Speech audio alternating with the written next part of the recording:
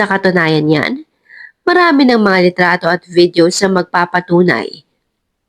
Pero hanggang ngayon ay tikom pa rin ang kanilang bibig at wala pang inaamin sa kung anuman ang kanilang estado ng relasyon.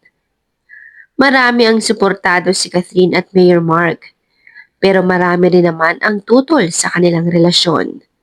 Pero alam natin na isa lang naman ang pinakamaganda. Kung tunay kang fan ni Catherine, yung masaya na ang puso niya ngayon at kitang-kita natin yan sa bawat update na lumalabas sa kanilang dalawa. Kaya naman kung isa ka sa mga sumusuporta sa kanya, marapat lamang na maging masaya ka kay Catherine kung sino man ang lalaki at taong mamahalin niya at kung sino man ang taong nagpapasaya sa kanya ngayon. Deserve niya naman sigurong sumaya matapos ang kanyang heartbreak sa kanyang breakup noon.